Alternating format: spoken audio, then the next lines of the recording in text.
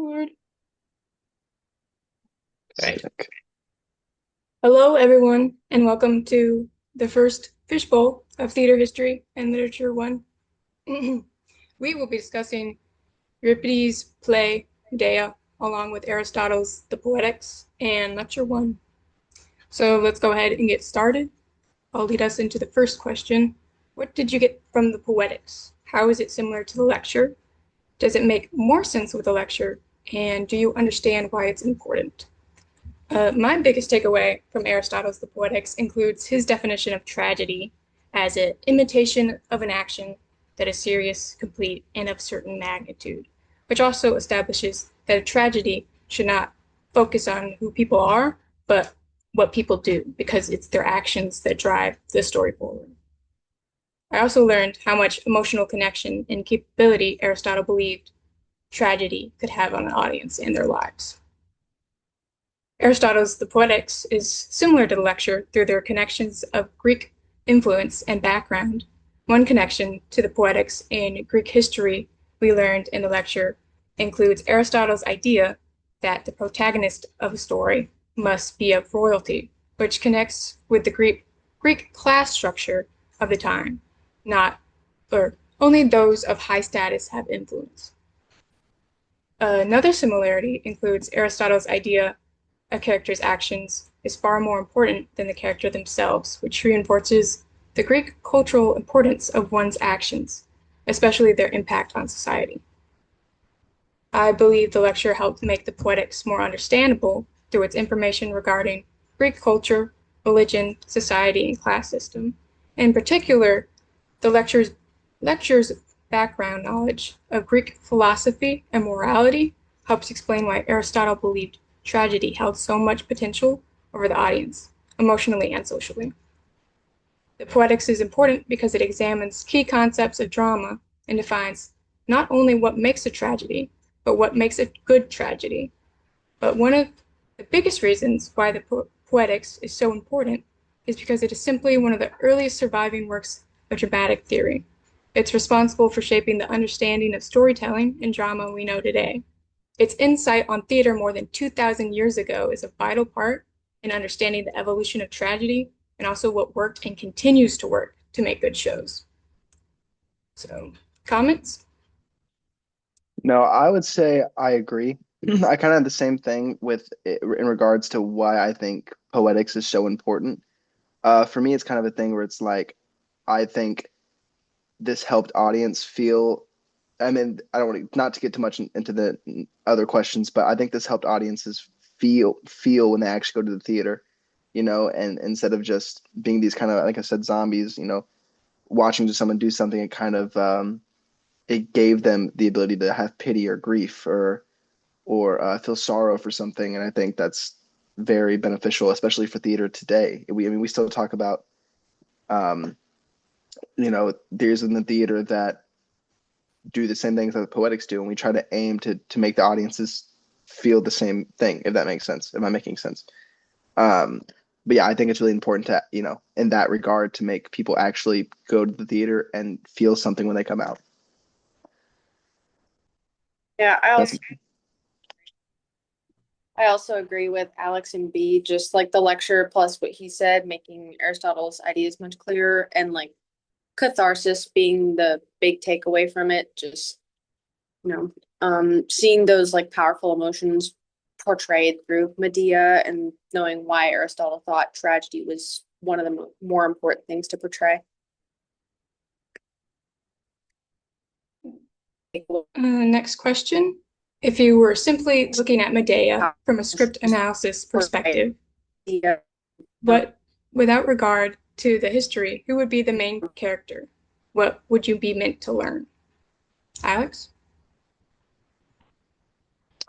um, I actually said, oh, oh, hello, what is happening? Anybody else hear that? Anyway, um, I personally think, and now I think I don't know if this is like a subjective or is looking for a correct answer, but I took it as subjectively. I think it would be Jason if we're looking off the script analysis standpoint with the royalty and having, and I think Medea, if you're looking for, would be more of kind of the antagonist towards, if we're going based off of like a script analysis thing. What I say, I think she directly makes his life like a living hell. You know, what he did was awful, but I mean, she, and he committed adultery, and you know, it's not justified, but he is kind of remorseful for it and pleads with Medea. I think I said is hell bent on this revenge, and she ends up, killing her two kids over it. So I think if you're looking at it from a script analysis standpoint, in my opinion, I think Jason is the protagonist because of the royalty and having an antagonist and stuff like that. Okay, commenters? I had also mentioned that I said that looking from a standpoint, Medea is technically the main character, but from the script perspective, we learned that like the destructive nature of passion, betrayal, and revenge, like the lesson would be that acting on your impulses, even if it's justified to the person, can destroy everything, even the innocent, including like her children. Like, and at the beginning, I was like, "Yes, girl, I'm hearing you out," and then she killed her kids, and I was like, "Oh, I'm not hearing you out anymore." Okay, no, no, no. So, yeah. Yeah, agreeing with both of those points, just seeing like the destructiveness of rage and betrayal, and also highlighting about how Jason could be the main character, since even though Medea does drive a lot of the plot story, he also sets a lot in motion through his betrayal of her and everything.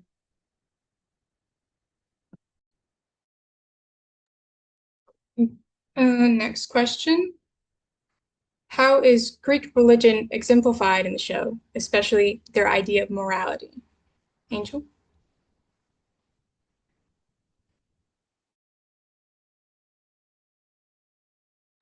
I don't mind starting this if, or Angel, are you about to start it?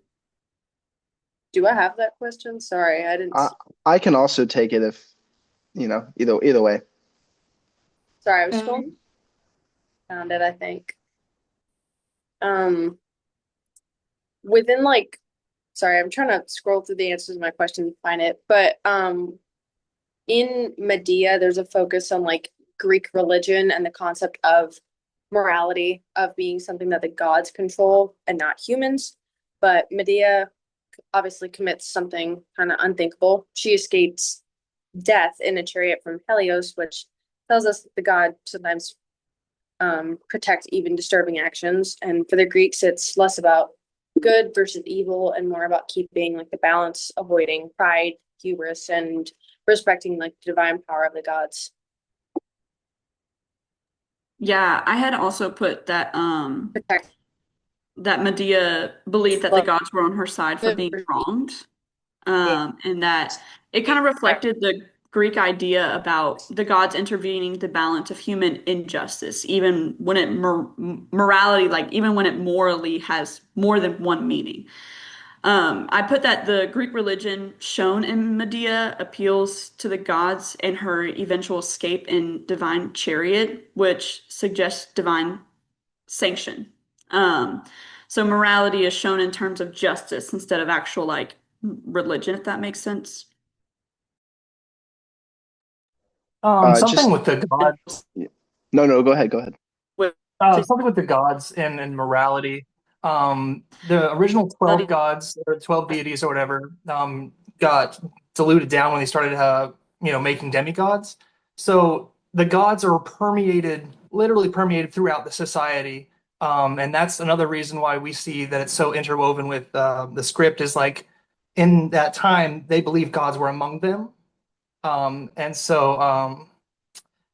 what the gods, since the gods are like among them, um, the gods are start acting or like just like people. So the gods are also, you know, they're not unfallible. They're not perfect. They're just like us, and they, cheat and deceive and manipulate people. But something you see throughout this is them, like the chorus will say, "Oh, the gods are doing this to you, testing this to you." They're it's not the most moral gods, essentially. They're just kind of like us. I was also just going to add on to that. I think, funny enough, in Medea, we see a lot of things that if you are religious that, we do today. If you're religious, something goes wrong, you pray to, whoever you worship today. And then it kind of, it's just, it's funny just how many hundreds of years ago they're doing the same thing. It might not be the same gods or the same beliefs, but it is fundamentally the same things that we do today. When things go right, we think, whoever you worship, or if things go wrong, you ask why sometimes, and you question, and they do the same thing. The questions arise, and that's my two pieces, and I just wanted to add that in. I think not necessarily a parallel, but I think it's just cool to look back about how we do the same things even 100 years ago that we do today. Next question. How does the Greek audience change how we read this show? Anna?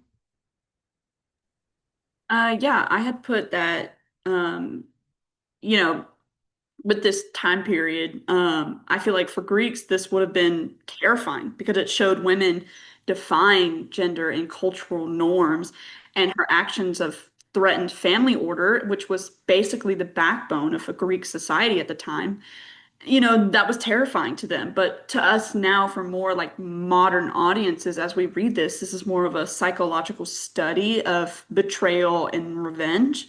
Because, the Greek audience, it adds that layer of cultural fear that we don't have or naturally bring anymore because not everyone practices the same religion in a society as much. Like you may have some people that practice the same religion, but it's more common now to have people in different religions around you. And so that's why for us it's not as terrifying, but I feel like at the time that was petrifying for them.